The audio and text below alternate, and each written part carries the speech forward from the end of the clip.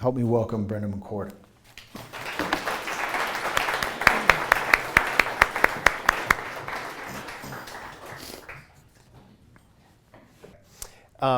So it's pretty inspiring to be here. You guys integrate the STEM and the humanities in an interesting way, integrate technology and philosophy in a way that I think is very, very important for the world.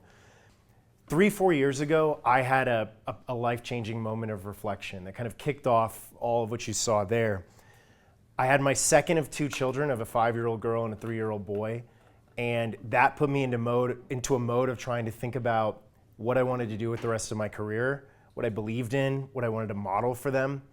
I also had this event of selling these 2 startups, and this exceeded my wildest dreams in terms of outcome, but I realized that over the years that preceded it, I had become better and better at solving puzzles that were in front of me, and more neglectful in terms of dealing with the more fundamental questions. I had worked on questions of public purpose, worked on commercial problems, but I hadn't stopped to really think deeply about those questions, and I had stopped reading during my startup phase. For any of you who have done a startup or about to, this is like, all too real. You work 100 hours and the last thing you want to do at night is to pick up a book. But I chose to, and I started at 15 minutes a day doing something unconventional, which is diving headfirst into philosophy. I read Aristotle, Mill, Tocqueville, and so many others, and this grew to 3-4 hours a night, transformed my life. Why did I do that? I gave one of the personal reasons, which I think is a big part of why people get into philosophy. The other reason is that my time in technology had given me the sense that we were at a pivot point in history. Because as I said in the video, AI had opened a new continent, we were setting foot on its shores, and the choices we made now and in the months and years that follow seem to me to be choices that will have a huge impact on civilization to come. I think we're entering a new generation of, a new golden age rather, of intelligence. But I also think that we may be creating a Trojan horse for despotism, hard or soft. I think AI could be the next great tool for our goals, but I also think about the question of, will we rely too much on it? Will it shape our goals? Will it set our goals for us? Will AI ignite a new era of human freedom, or will it render us passive and dependent?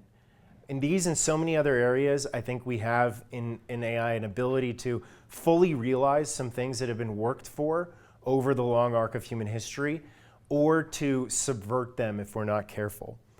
So today, on that note, I want to delve into 2 big topics. The first is more academic in nature, more philosophical in nature. The second, much more practical. We're building a pretty entrepreneurial nonprofit, and I want to talk about some of the things we're doing and some of the ways that you guys can get involved. So the first topic is why we need to blend, in my view, an Aristotelian ethical approach with principles of liberalism to navigate challenges posed by AI.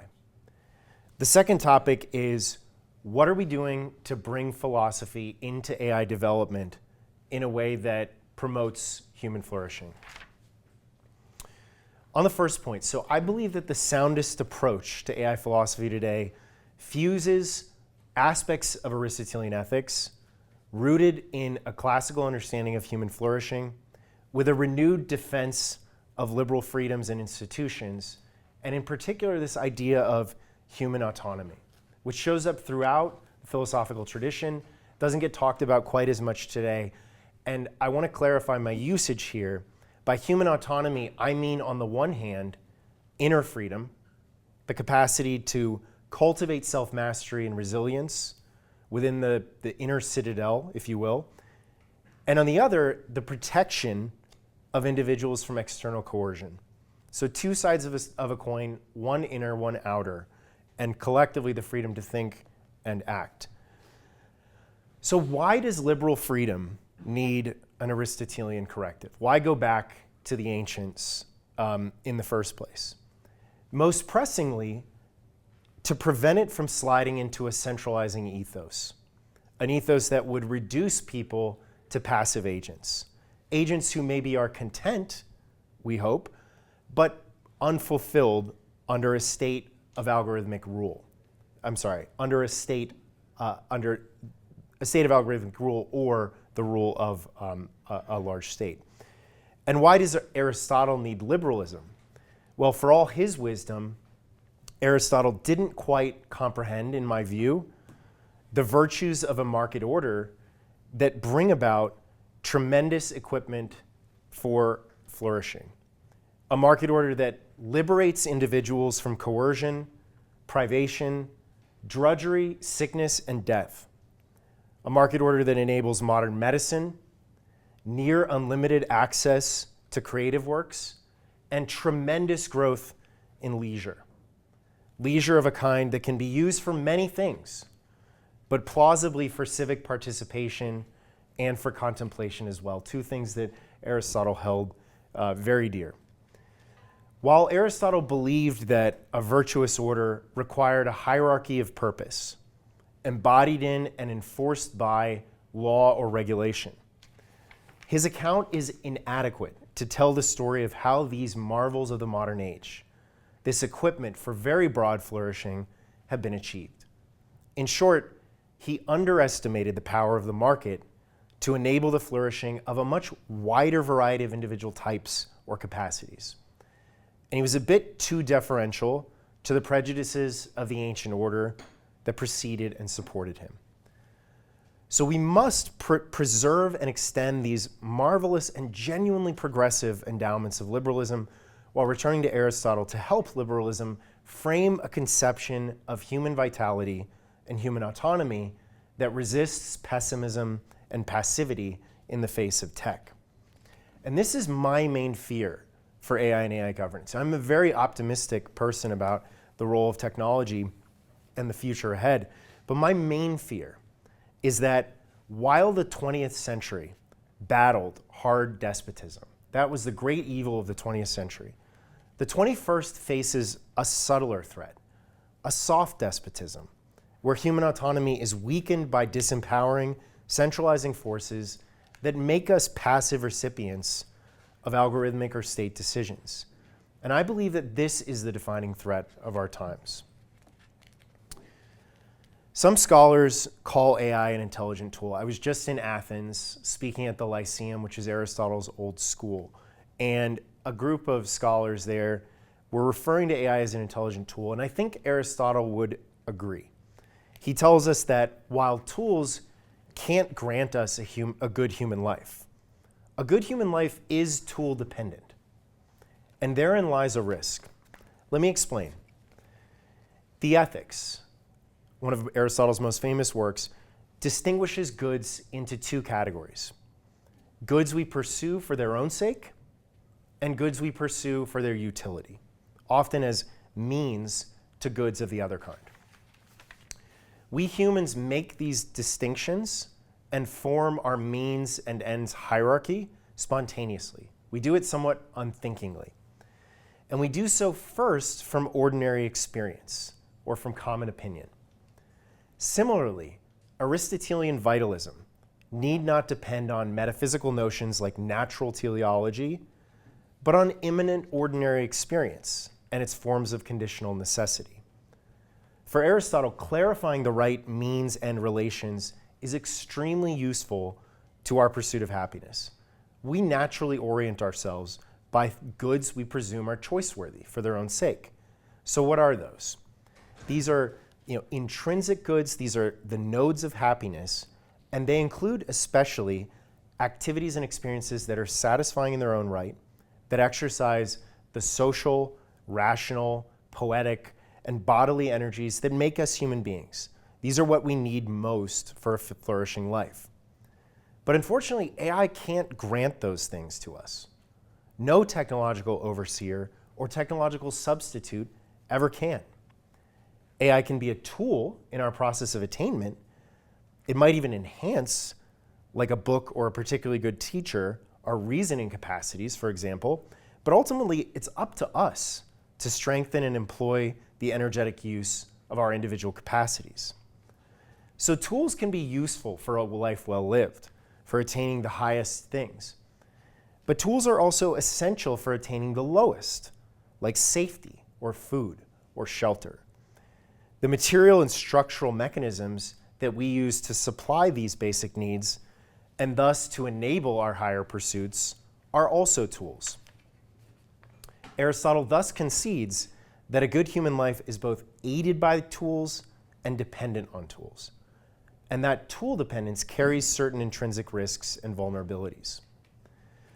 For a variety of reasons, both Aristotle and Plato were wary of extreme tech optimism. If you look at Aristotle's critique of Hippodamus, for example, you'll see that. And not least because, as I'll explain soon, it's easy for humans to foist their hopes onto technology, onto tools, and to distort the instrumental character of our tools. But to say that tools are instruments is not to say that their value is neutral and user-dependent. Far from it. Again, using tools creates dependence. Dependence creates vulnerability of a kind. And as Plato shows in Phaedrus, even the use of writing entails inevitable trade-offs, like a weakened memory and superficial understanding. The automated toilet flusher, right, in the bathroom around the corner, is another, insofar as it removes the tiniest act of virtue. And this is a kind of ridiculous example, but it points to the extent to which we can offload, aspects of life to tools in very atomized ways and ubiquitous ways.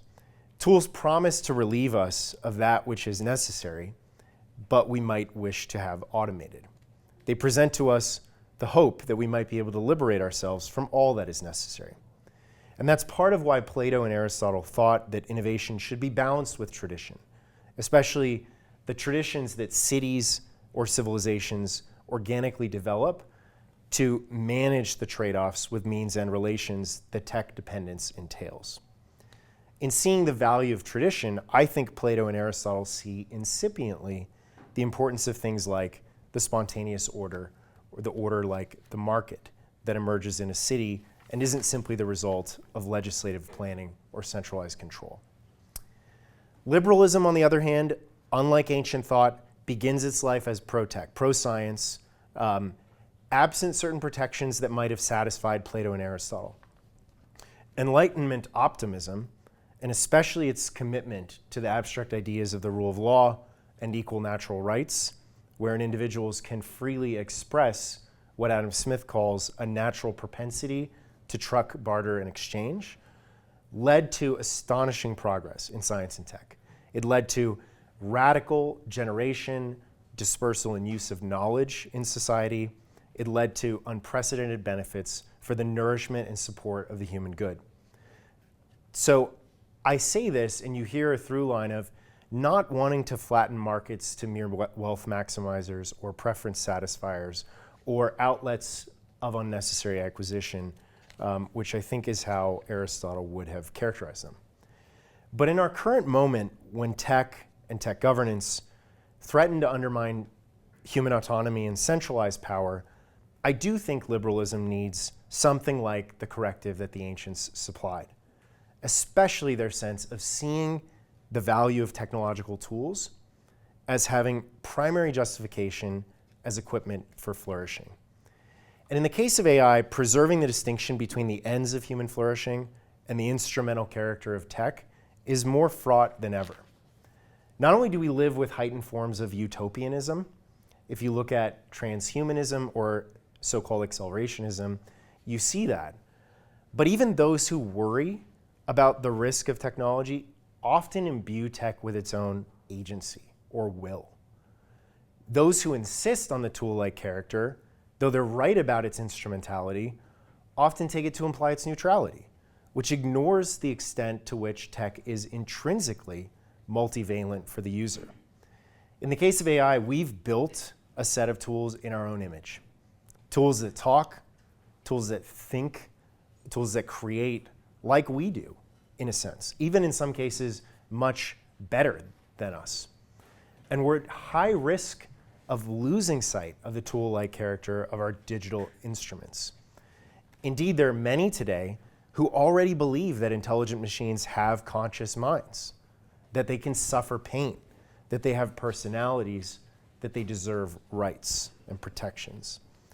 The more we lose sight of the tool-like character of our tools, the more we're likely to drift further into a passive form of technological dependence, which poses great risk, not least the drift into patterns of centralized control and soft despotism. So defending and understanding the uniqueness and dignity of the human person, the characteristic excellences that define these notions of autonomy, and ensuring our tools remain equipment for flourishing, thus becomes a most urgent necessity of the AI era. All right, I want to now talk to you about what we're doing about this very tangibly. And before I sit down with Professor Diduch, I'll kind of share some very hot off the presses announcements about what we're doing at the Cosmos Institute in service of this idea of promoting human flourishing in the AI era. So you heard in the video that I said that 250 years ago, America's founding fathers created a philosophy to law pipeline. They took abstract principles, translated them into a legal framework that still guides us today. I think today we urgently need, thinking in that vein, to create a philosophy to code pipeline, to embed crucial concepts, ideas that enable human flourishing, ideas like extending reason or decentralization or autonomy, making sure that those ideas show up in the planetary scale systems that will shape our future. And this is based on the belief that we will be better served by technologies like social media algorithms, or LLMs, if they're designed and built with a rigorous conception of human flourishing as opposed to a narrow utilitarianism. To create the philosophy to code pipeline, we're proud to announce the founding of a groundbreaking AI lab at the University of Oxford, the Human-Centered AI Lab, or HiLab. It'll be the world's first initiative set up to translate the philosophical principles that enable human flourishing into open source software and into AI systems. It'll be led by Professor Philip Corliss, who's going to be the first that we know of professor of philosophy and AI. We created a new post for him to lead that. He is renowned for his research on the nature of reason, and his work really brings together philosophy and AI research in a unique way. He'll do the same in terms of bringing those folks together at the lab. His work is in the area of what he calls an aretetic theory of reason. Aretetic comes from the Greek word for questioning.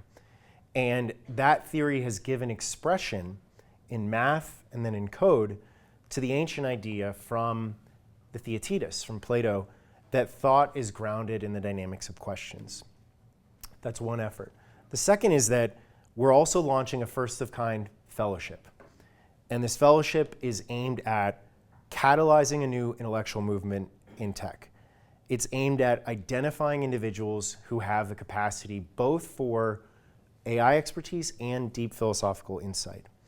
And we want to develop those folks that have that profound yearning to apply the insights of philosophy to their work. Finally, we have launched a new project called Cosmos Ventures. And this is modeled on emergent ventures from Tyler Cowen, who's a Cosmos founding fellow. It's a low overhead grant program that aims to support a new generation of brilliant thinkers and builders who want to work at this intersection of AI and human flourishing. Projects often take an interdisciplinary approach, often humanistic one. They draw from philosophy, computer science, political theory, economics, natural science, and other fields. And the goal is to build provocative prototypes that really show us what's possible. Prototype here could mean open source software. It could mean an essay. It could mean a game. There are a really wide range of mediums that we are excited to evaluate and award. We've awarded the first 21 of those, and so you can check out for some of those projects. They're incredibly cool. And together, those initiatives form a dynamic ecosystem where if you're a thinker or a builder, or both ideally, you can engage at every step of your journey. You can do early stage experimentation with Cosmos Ventures. You can do deep research and development with the fellowship and the Human-Centered AI Lab. And along the way, educational programs like a seminar on philosophy and AI that I taught at Oxford this past spring, a reading group on the intellectual origins of technology, debate series, a variety of different things like this will be there for you along the way. So lots of opportunities for intellectual exploration in terms of how AI can elevate human potential. I'll close by restating what I regard as the task of AI development in the next era. I think it's creating tools and institutions that promote these ingredients, these conditions of human flourishing, things like human reason, decentralization, and autonomy, that realm of freedom that is the chief facilitator of energetic striving after human excellence. Thank you.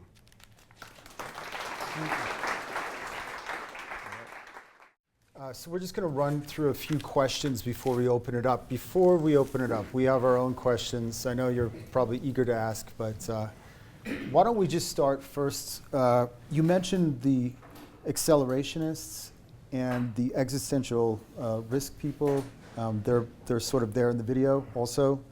Can you say a little bit more about this landscape of opinion about AI and assessing its possibilities and what you think, I don't know, the sort of vices are of each of these schools of thought? Mm-hmm. So at the beginning of Cosmos, I was trying to figure out where the landscape was. And if you're a venture capitalist, you build a market map and you try to understand who's doing what. This was a little bit like that, but it had more to do with the animating ideas behind these different schools.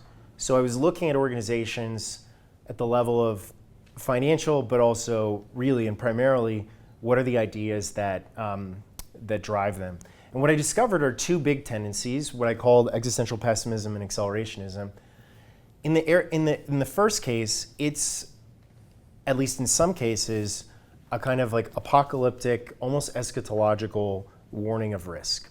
And it's animated by quantification. It's very mathy, and so it tends to be, overrepresented, or practitioners tend to be overrepresented in it. People who are building these systems tend to have risk thinking as kind of like second nature. They think in terms of probability distributions and other things like that. And you have some of the early creators, or the modern, godfathers is somehow what they're referred, people like Yoshua Bengio and Jeff Hinton, that have an almost Oppenheimer-like moment where they kind of denounce their creation in hubristic awe of their own power. And I think the school sees AI as an existential threat, something that could destroy humanity, wants to hit the pause button. I made the point in the video that hitting the pause button is, I believe, both impossible and unwise. Impossible in an open society to do it, to consider the person in the desert in Atacama who builds something in defiance of the rule you put in place, even at the international level. And then unwise in the sense that at any moment in history, looking back, imagine the losses we would have experienced, the counterfactual losses, let's say. There are three sub-schools within this. One is rationalism. The others are long-termism and effective altruism. And I'll just briefly touch on what each of these schools are. They're profoundly entangled, but they do have their own kind of character and belief set. So rationalism is the idea that we should try to be rational. All of these are kind of like what they say on the tin, I'll say. But it's committed to a pretty myopic notion of what it means to be rational. Rationalism, in this case, means Bayesian updating with a value function over outcomes. And this is a notion of rationality that I think would have been alien to Plato, Aristotle, Kant, many modern thinkers. It views this rationalist school, views the preservation of life, human and non-human, but the preservation of life as being preconditional and paramount for all else. And so it tends towards a kind of extropianism or a transhumanism where we're trying to defeat death. That's the rationalist school, and you see that in the fan fiction work Harry Potter and the Methods of Rationality. He defeats death at the end. It's something written by Eliezer Yudkowsky, who's one of the leaders of the school, and it's kind of an encapsulation of the view. The second is long-termism, which is, again, what you think it is. It's concerned with long-term, often existential risks. And some of these could be natural, like we could get hit by an asteroid. My 5-year-old actually asked me this when I put her to bed every night, and I have to explain to her why that's not going to happen. But they could be natural, or they could be man-made. And in the case of man-made, AI rises to the top, in part because its MO is that of control, in part because we can't understand it, or seemingly won't be able to. Oxford professor Nick Bostrom, he introduced something called the orthogonality thesis, which says that intelligence, on the one hand, has no bearing on morality, control, and alignment on the other. And so if you have an artificial intelligence that has as its goal to produce paper clips, then it will pulp us all in service of that goal. And it will acquire almost unlimited, power almost ceaselessly to be able to grow its capacity to exert its will, if you will. And then as it does so, we can't understand it. We are as in a Lovecraftian nightmare, like ants to humans. That's long-termism. The third is effective altruism, which is a results-oriented philosophy. It says we should measure outcomes, measure actions rather, by their outcomes, rather than by intention. And this is often geared towards philanthropy. It's like thinking about how you should do good in the world. You should base it on the results and not on your intentions. When applied to AI, what you get with effective altruism and these other schools is a pretty problematic equation. The equation you get is that even a small probability of existential risk, even a small probability of doom, times a negative infinity util term gives you negative infinity utils. And individual behavior in light of this equation takes on cosmic significance, especially for people who are good at math. People who are good at subjugating the world with symbols become the kind of unlikely heroes, the saviors of humanity. So it is the most practically adopted academic theory since Marxism. It is very popular within the community to kind of think about problems in this way. And we could talk more about critiques of effective altruism, but those are the big points.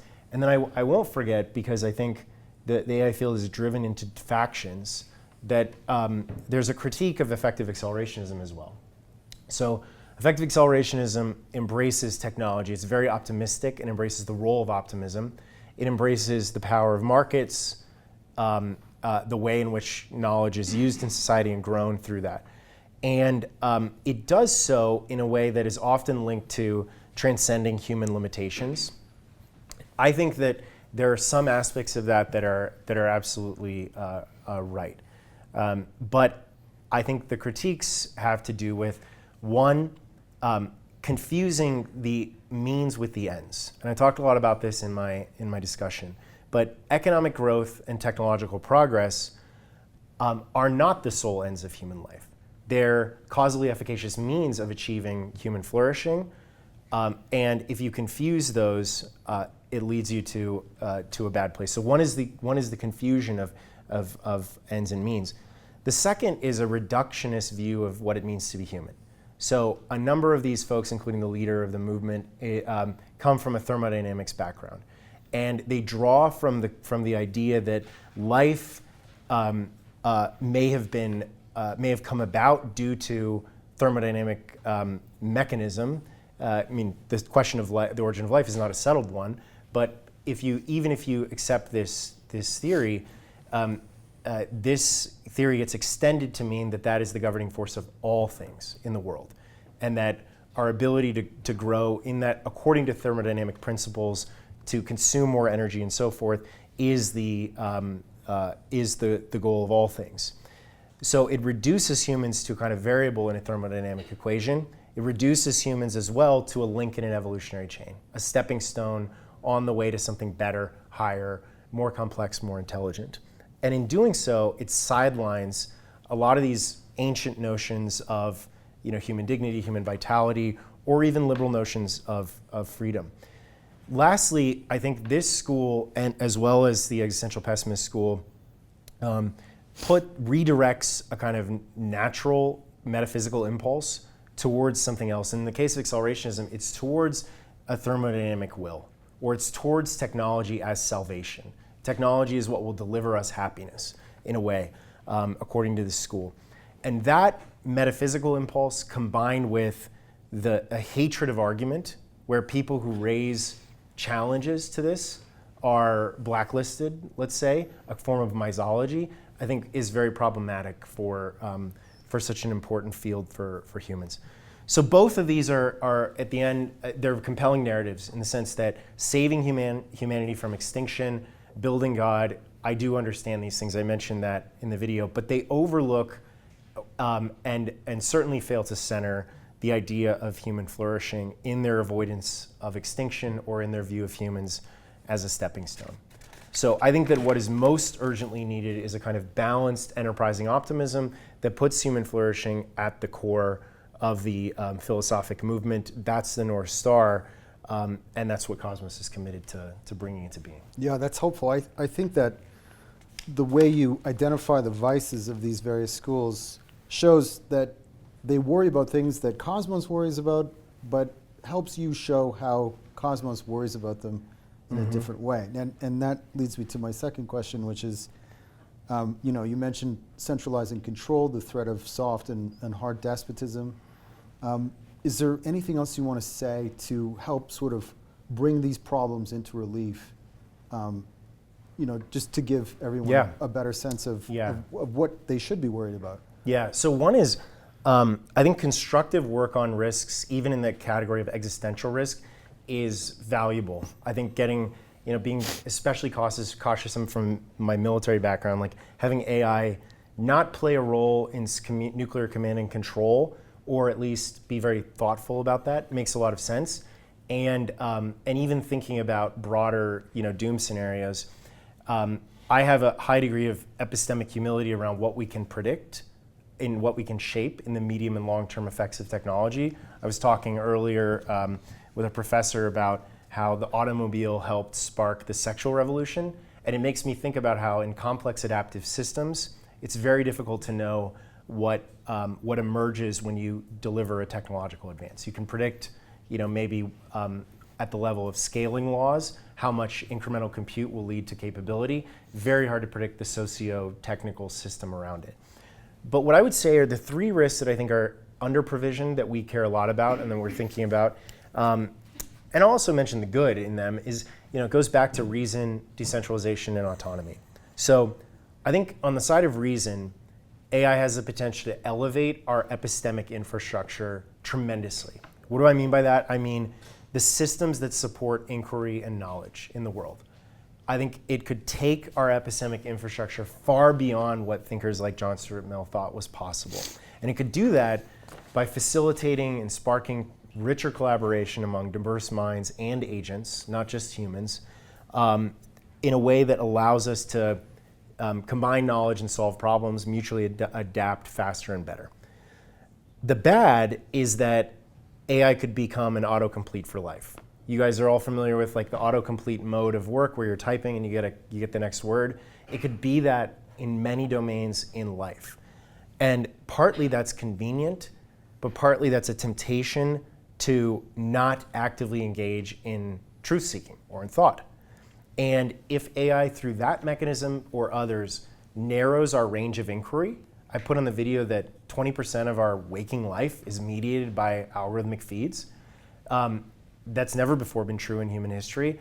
If AI narrows our range of inquiry, that could lead to individual intellectual stagnation. It could also lead to broader societal regression, where fields like science or policymaking or public discourse become impoverished echo chambers.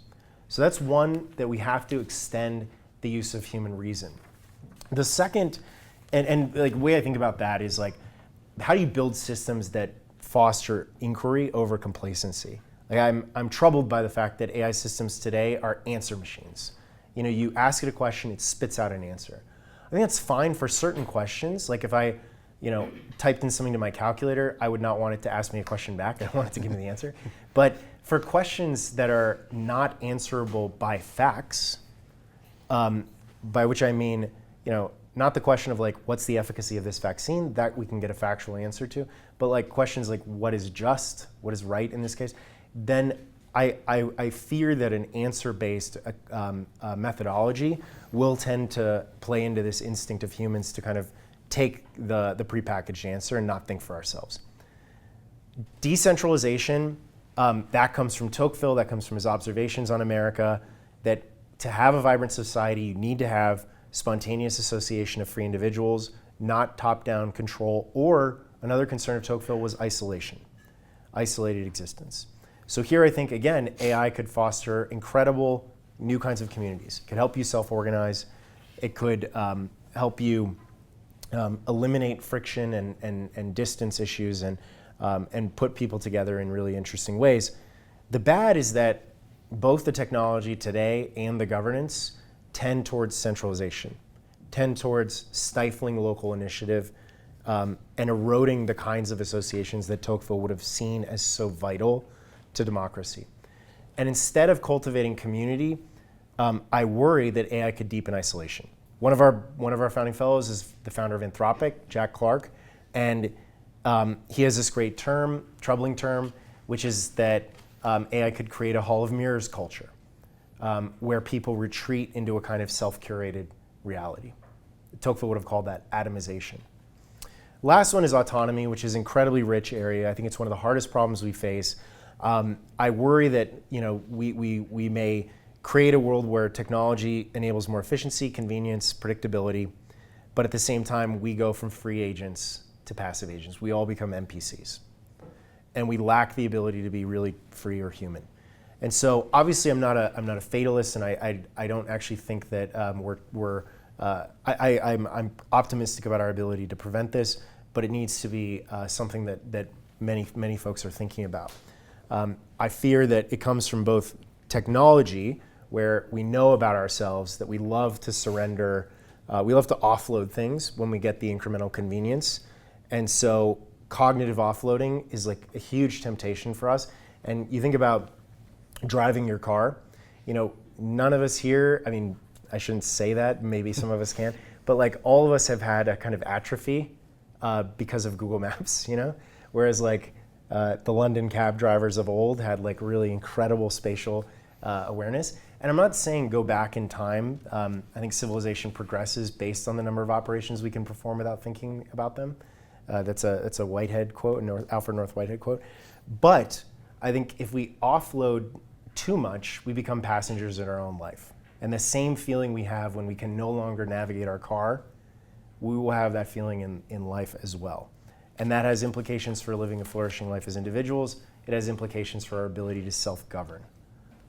So those are the big things that I worry about. Yeah, I think that's very helpful. Also, too, for setting the stage for saying something further about autonomy. I mean, you use this term a lot in the talk and in the video. Human autonomy, human flourishing. Maybe it would be helpful to add a few more strokes to that, just to flesh that out. Yeah, so I think it's a Janus-faced idea or a two-sided one where you have an inner freedom, and that has to do with being able to cultivate your capacities, being able to align your actions with what you regard as the correct ends that you're striving for. And to be clear, I don't mean this in a paternalistic sense, that like there is one way and you have to do this way, and if you don't have inner freedom. The search for what constitutes human flourishing is one of those perennial questions. But we know that it consists in being able to think about that.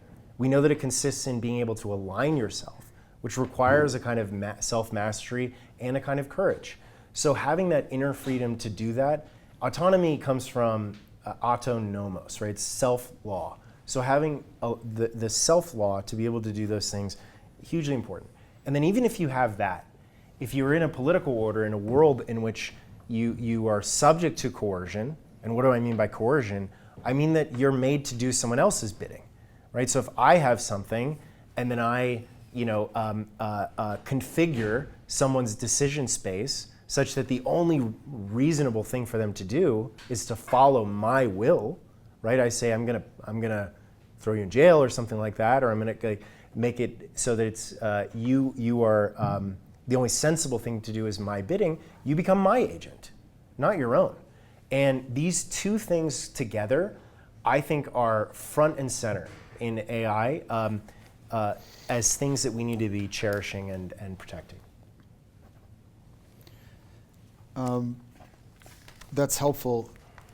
I know that a lot of people in the audience are interested in this next question, which is what exactly you mean when you talk about the philosophy to code pipeline. It's a hugely intriguing notion, but I think it would be helpful to hear a bit more about that. Yeah. So I'll give one example that's real today, and then I'll give an example that's kind of illustrative. And this is an early and ambitious research direction, so you'll appreciate that in the way I kind of frame it. But the example that's real is Philip Corliss, the new director of this high lab, studied philosophy to try to think deeply about what human reason entailed. He's also a PhD neuroscientist from Princeton. He did both. So he thinks about it from this brain science perspective as well. But he really studied what does reason entail, this thing that's really important for truth-seeking in humans. And it has to do with the dynamics of questions, in part, he believes, and maybe that's a very central thing. This comes from the Theaetetus. He then worked to clarify that notion. First, kind of step one is sort of, let's clarify the concept, let's understand the fundamental constraints. Step two, he mathematically and algorithmically captured the concept. So I'll give you an example of this. You've probably heard of Danny Kahneman and thinking fast and slow. He references type 1 and type 2 thinking, where there are some questions that are almost automatic. You answer them really quickly, right or wrong, but you've developed a kind of economy in being able to go for that answer. And some questions you really think about long and hard, right?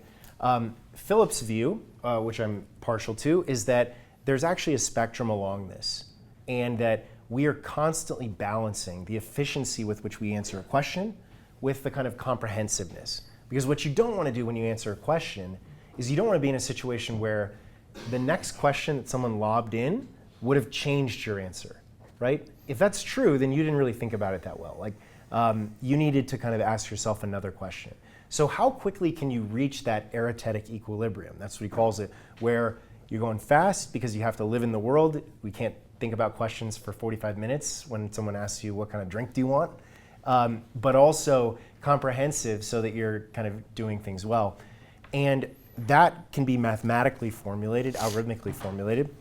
And then the third step is producing open source software that implements that in artificial agents.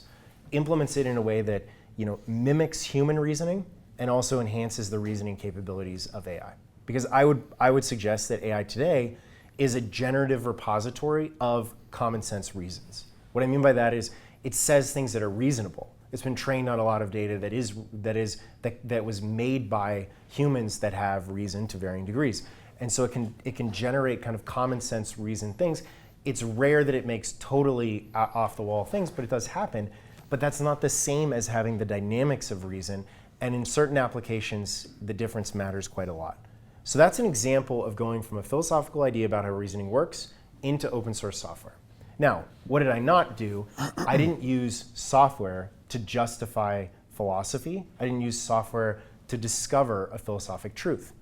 The first is more like a Bertrand Russell foundationalist approach. The second is more, I don't know, like automatic truth seeking or something, which I won't dismiss as being strictly impossible, but is not the goal of the project. It's translational. Now, another one is we talked a lot about human autonomy, particularly the idea that we need humans to have an energetic use of freedom and active engagement with ideas to be able to form well-considered choices. So I would ask you, if you believe that human autonomy is constitutive of human flourishing or a means of that, then an ingredient, I should say, then how can we have the architectures of recommender systems promote human autonomy? That's the question, right? How can we have them lead to more active engagement and lead away from passive engagement? That is, in our view, a way to translate philosophy into code. So those are some of the early things that we're doing. We're also trying to put these things together, like with the grants program, which I would encourage you guys all to apply for if it wasn't clear. Obviously, if you have an idea.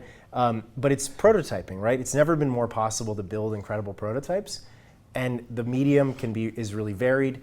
We want people who are thinking about this intersection of philosophy and AI with an eye towards tech making humans more human or something like that.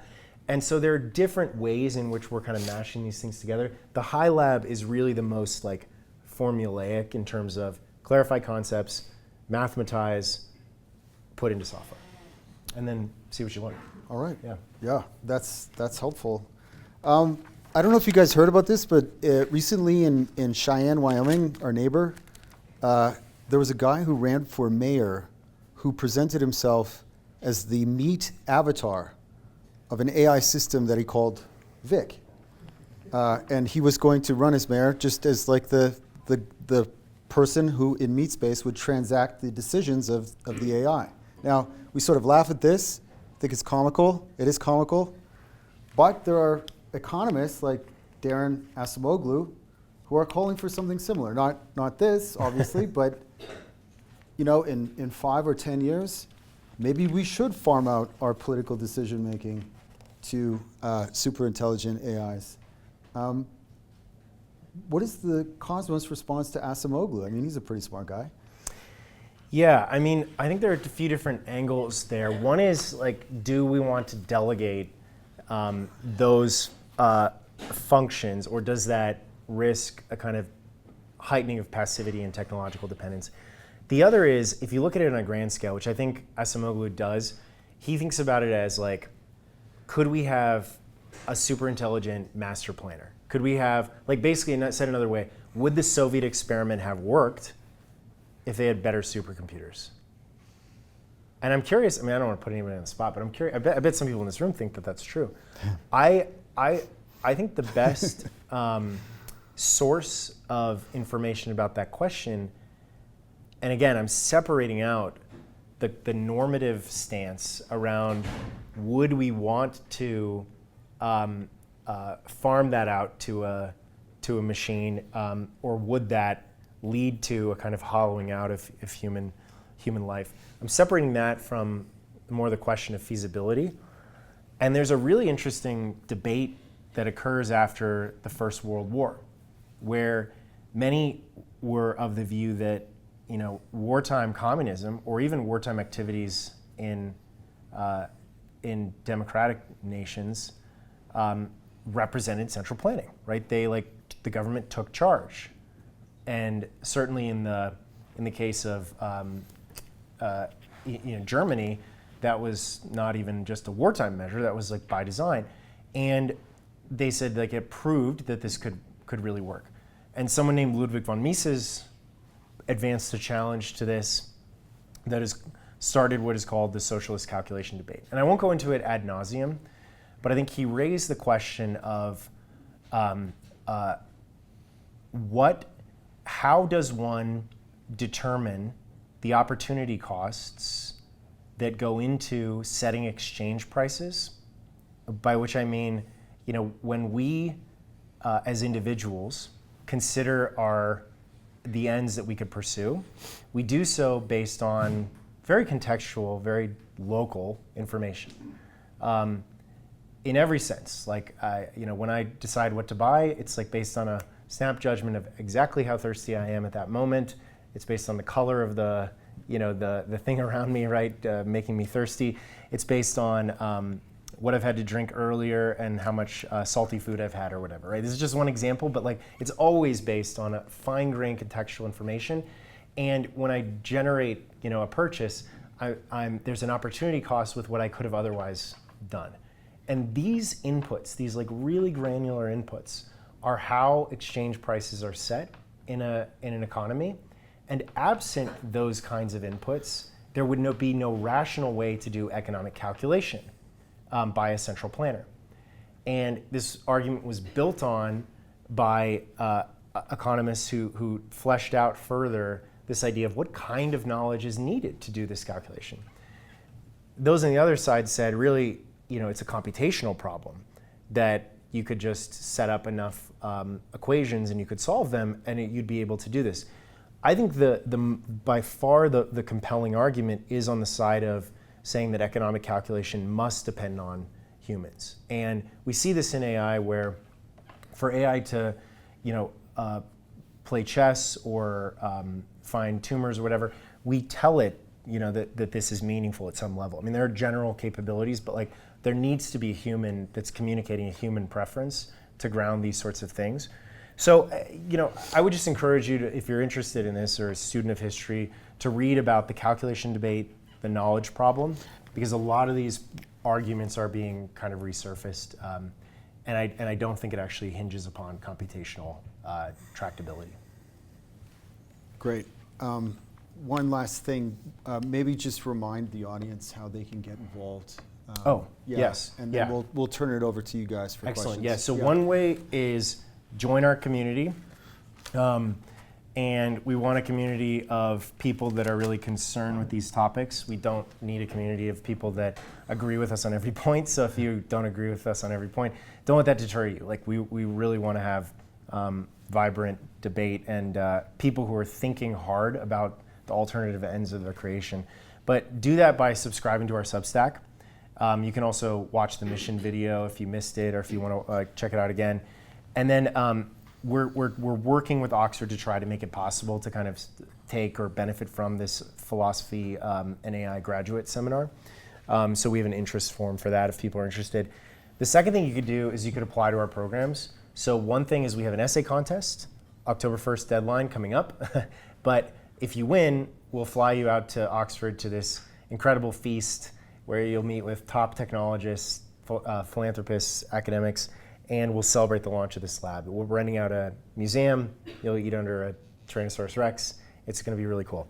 The second is you can apply for Cosmos Ventures, which is this grants program. It closes November 1st. We'll award shortly thereafter. You can check out some of the projects, and if you see things in there that are kind of like similar to what you like to do, just it's a pretty easy process. You can apply.